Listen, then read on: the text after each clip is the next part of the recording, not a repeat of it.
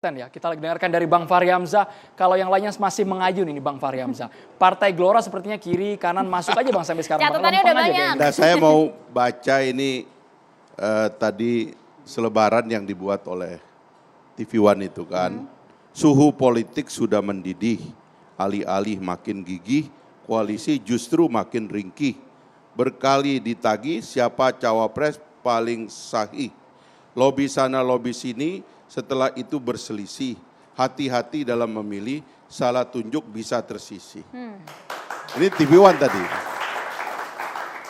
Jadi dulu itu ada seorang artis, ada dua orang artis laki perempuan, saya nggak sebut namanya. Semua orang satu bangsa ini tahu dia lagi pacaran. Kemana-mana, syuting ini, syuting itu dan sebagainya. Lalu ini Mas Eko pasti tahu orangnya. Habis itu masuk masa lamaran, disiarkan langsung oleh semua TV, infotainment di mana-mana. Habis itu menikah, ya udah diumumkan tanggalnya, tiba-tiba nggak jadi. Itu satu kisah. Ada kisah lain, jadi tiba-tiba setelah seminggu bercerai. Nah itu peristiwa privat yang longgar.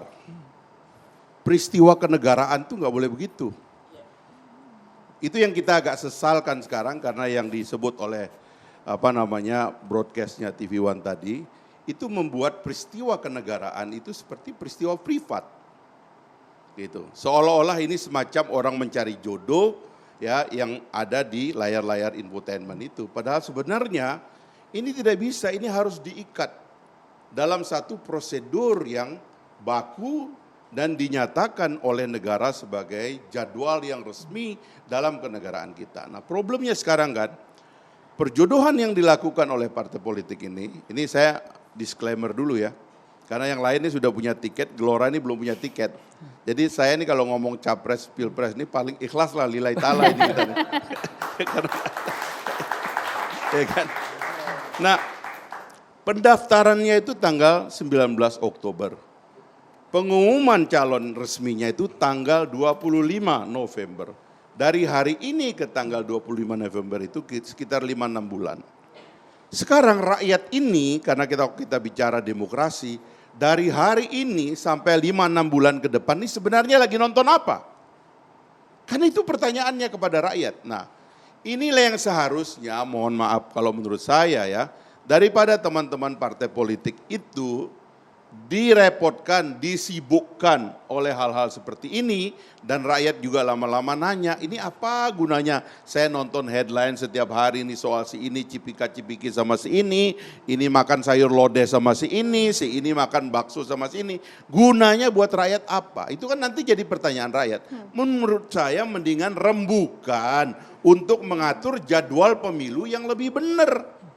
Yang saya sering usulkan, ajukan dulu perdebatan antara partai politik, habis itu ajukan dulu caleg-caleg tadi disebut itu ada 3 dari Jakarta Timur di sini. Harusnya mereka ngomong bertiga ini masa depan DKI pasca IKN pindah bagaimana? Itu caleg-caleg suruh debat dulu biar rakyat nonton. Masa depan kita ini pasca Jakarta nggak dipakai lagi jadi ibu kota itu apa? Harusnya begitu. Baru nanti karena terjadinya pada bulan Oktober, paling tidak bulan September lah, yang disebut perjodohan itu, yang kalau saya sendiri menganggap thresholdnya harusnya ditiadakan. Karena MA sudah mengatakan ini adalah open legal policy, ya mbok ya thresholdnya ditiadakan. Supaya Mas AHY nggak perlu nunggu siapa capresnya, supaya Erlangga nggak perlu nunggu dengan siapa koalisi, supaya Pak Prabowo bebas seperti Pak Ganjar bebas. Bang Zul kalau mau maju sendiri silakan maju. Ini teman-teman kita partai kader di PKS ini bisa maju juga kadernya. Kan harusnya begitu biar tempur semua. Nanti ada orang Aceh, ada orang Papua. Kan enak nontonnya. Sekarang kita harus menunggu orang-orang di pada namanya ada huruf O. Karena mereka yang dianggap paling layak dan semua harus nunggu. Karena yang lain dianggap tidak layak. Kan ini yang menyakitkan kuping rakyat ini, orang Papua, orang Aceh, orang Bali, orang Sumbawa sana, nggak jelas ini. 5-6 bulan ini tidak ada gunanya buat rakyat. Menurut saya, ayo rembukan untuk mengubah jadwal kampanye. Itu jauh lebih bermanfaat. Tapi kan semakin awal makin transparan, publik juga bisa menilai Bang Fahri Hamzah. Tidak akan, ini Bung Maman tadi menyebut 4 hal. Dari 4 itu saya coret 1, saya tambah 1 supaya tetap 4. Saya coret DPR-nya karena sebenarnya dalam presidensialisme, presiden itu berkoalisi dengan rakyat, bukan dengan parlemen. Itu dalam parlamentarisme. Maka saya tambah 1, Anda menyebut elit, ini ditentukan elit, ini ditentukan polling, ini ditentukan tiket. Saya tambah 1 yang Anda nggak ngomong, ditentukan oleh logistik. Tragis ini memang. Orang nggak mau ngomongkan hal yang paling penting yang ada di imajinasi kita ini. Bahwa pilpres itu adalah suatu kegiatan yang sangat mahal.